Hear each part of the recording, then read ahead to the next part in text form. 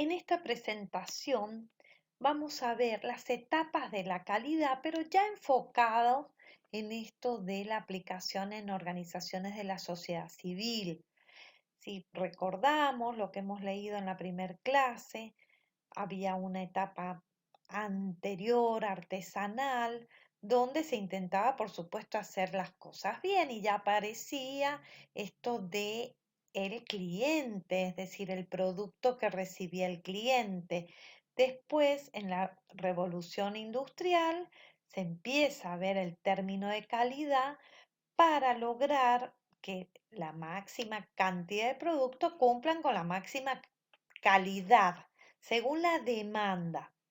En la Segunda Guerra Mundial se introduce ya el término eficacia más el plazo, que sería la eficiencia, para garantizar esto de cantidad en el momento preciso. Pasamos a la posguerra, esto de seguimos en una orientación muy productiva, muy industrial, para satisfacer la demanda y esa producción a gran escala. Venimos con el aseguramiento de la calidad en la otra etapa, donde se focalizan al cero defecto y empieza esto a prevenir errores. Entonces acá se amplía un poco más la mirada y empezamos a trabajar con los proveedores, reducir costos y ser más competitivos, llegando a la calidad total que lo toman como sistema de gestión de calidad, por supuesto, centrada en la satisfacción del cliente y en todas las partes que intervienen. Están hablando tanto de cliente interno, clientes externos, la competencia y esto de la mejora continua y la responsabilidad social.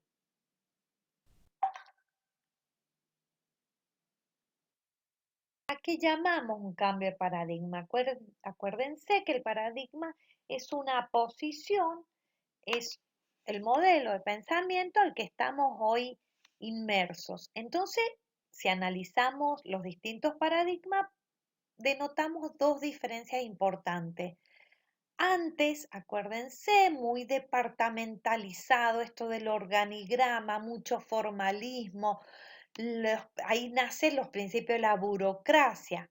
También hay que recordar que la burocracia, cuando lo vemos de Max Weber, ustedes lo habrán visto, es merecedora de ventajas. El orden, cuando se trabaja mucho volumen, cuando las organizaciones son complejas como el Estado, necesitamos de burocracia. Pero a esta burocracia ya la pasamos en un ambiente de eficiencia, flexibilidad y descentralización de las decisiones. Es decir, que en el segundo paradigma esto se torna un poco más flexible. Antes basado en la vigilancia, el sistema de vigilancia del cero defecto, muy concentrado en el proceso, en el producto, pasa a estar basado en que esto de la calidad es un método de apoyo y supervisión permanente.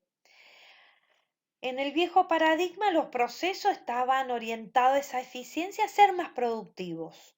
Y ahora vemos esto de mayor competencia, es decir, que sean más competitivos, que sean diferenciados de lo que ofrece la competencia.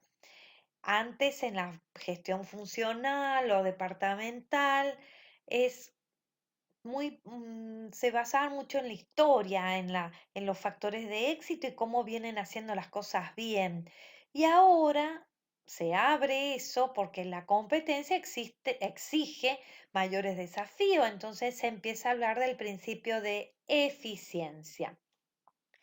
Las mejoras en el paradigma anterior están basados en ver el producto desde cada departamento, que entra y que sale de ese departamento, y no hay una visión ampliada, holística, sistémica, distinto al paradigma actual, que hablamos esto de lo transfuncional, lo que trasciende de cada función específica, viendo la cosa del más como un todo. Acuérdense que el todo es más que la suma de las partes.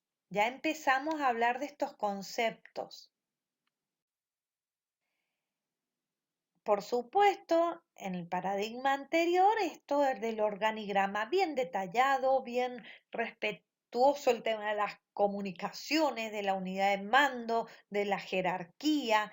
Y ahora, en los nuevos paradigmas, esta organización es más natural y se pueden armar más estructuras matriciales por proyectos. Esto lo vimos cuando dimos un pantallazo de organigramas. Entonces, los departamentos en la gestión anterior condicionan la realización de la actividad. Acá vienen cuando se describen los procesos muy taxativamente y las responsabilidades de cada departamento.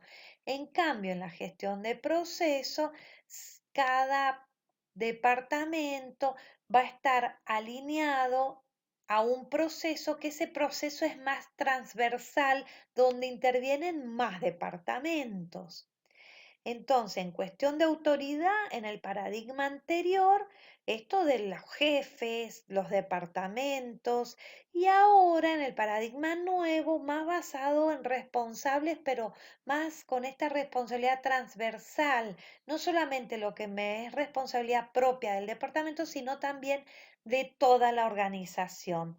Entonces, antes se pone muy en relevancia esto de la jerarquía y el control, y ahora en los procesos hay más autonomía, autogestión, autocontrol. Entonces, antes se focalizaba mucho en el jefe, en la responsabilidad en cada departamento, y ahora en el cliente, tanto internos como externos. Acá vamos a empezar a hablar de nuestro sector.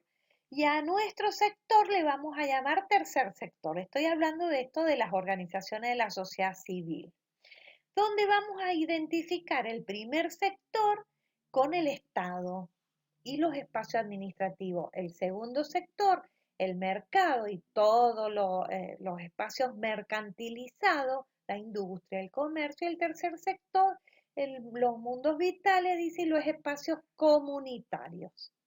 ¿Cuál es la lógica de cada sector?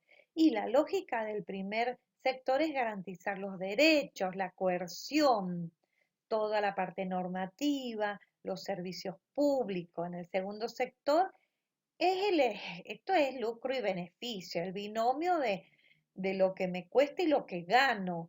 Y la lógica del tercer sector aparece esto, la lógica del don, que es esta lógica de las relaciones, de la proximidad y el voluntarismo.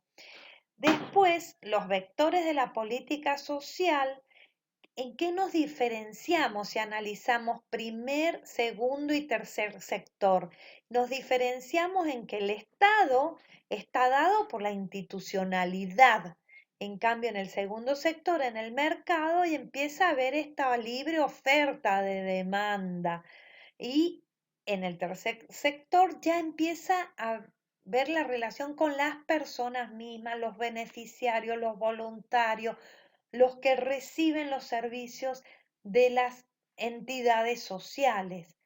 Si hablamos de sujeto, acuérdense, primer sector, el sujeto que recibe los servicios es el ciudadano. En el segundo sector es el cliente, el consumidor. Y el tercer sector va a ser el socio a nuestra organización, los asociados, los adherentes. ¿Cómo se legitima el poder? En el Estado es el poder político, eso es lo que atraviesa. En los mercados es el económico, y en las organizaciones de la sociedad civil es el poder civil. ¿Cuál es el medio y el fin? En lo público hablamos de derecho, ese es el medio y el fin. En el mercado hablamos del dinero, y en las organizaciones hablamos de la reciprocidad, es decir, interactúan ya en la sociedad. Y en estos nuevos paradigmas en lo que se trabaja las relaciones, existe esto del entramado de relaciones, donde hemos hablado que esto mirada más ampliada, más holística, más sistémica, donde el tercer sector, que son las organizaciones de la sociedad civil, se relacionan con el Estado a través de las prestaciones sociales, a través de la legitimidad y la legalidad que le da el Estado a este sector. El Estado se relaciona con el mercado a través de cobrar los impuestos, recaudación fiscal y manejar todas las políticas de gobierno, política económica principalmente dicha. Y si hablamos de paradigma, no nos queda otra que hablar de sistemas abiertos y complejos. La apertura hacia el medio externo, ¿qué significa esto? Ahí hemos analizado en la diapositiva anterior que los tres sectores están íntimamente relacionados, interrelacionados e intrarrelacionados. Esto es parte del nuevo paradigma, donde estamos en un sistema vivo, donde las partes interactúan, intervienen e impactan unas a las otras. Por eso decimos que hay una influencia que se recibe del medio, nos vemos afectados por las políticas públicas, por las políticas impositivas, por las políticas económicas, es esto del análisis de los entornos. Hay distintas transacciones con el medio. Una sociedad, una organización de la sociedad civil no puede estar aislada. Se tiene que pensar en el medio en el que actúa y existe una dependencia con ese medio. Hay una dependencia con el Estado, con las empresas que aportan, con los beneficiarios, con los voluntarios y con los proveedores y todos aquellos actores que intervengan. Esto empieza a formarse como una interdependencia e interacción de actores. Y cuando hablamos de sistemas abiertos y complejos, viene esto de la causalidad múltiple. A ver, nada es por casualidad. Esta es la diferencia con la causalidad, es causa y efecto. Esto, cada parte, cada movimiento de cada parte influye en las demás. ¿Ustedes han escuchado hablar del efecto mariposa? Bueno, en la teoría del caos, donde todas las organizaciones conviven entre el caos y el orden en una especie de sistema abierto, vivo y global, una pequeñísima parte puede haber provocado gran consecuencias. La teoría de la mariposa dice que un aleteo de una mariposa en el oriente puede provocar un terremoto o un sismo en el occidente. Eso es la teoría de la mariposa. Bueno, todo esto se ve en estos nuevos paradigmas. Por eso llamamos que nos movemos en esto de la causalidad. Todo es causa y efecto, nada es casual. Esa es la contradicción. No hay casualidad, sino causalidad. Y existen contingencias y cierto grado de indeterminación, porque los futuros son inciertos, porque ahora es más difícil planificar que antes. En los nuevos paradigmas no existe un futuro, existen varios futuros que tenemos que prepararnos, prevenir y trabajar esos escenarios para poder también atender a esas estrategias que podemos hacer para cumplir esos escenarios. Por ello hablamos que no, que esto de los nuevos paradigmas nos trae esta visión más sistémica, más holística, más abierta, más compleja, más de causalidad, interdependencia. Yo sé que son terminologías nuevas para muchas de nosotras, pero está bueno irlo hablando, irlo debatiendo en estos nuevos paradigmas.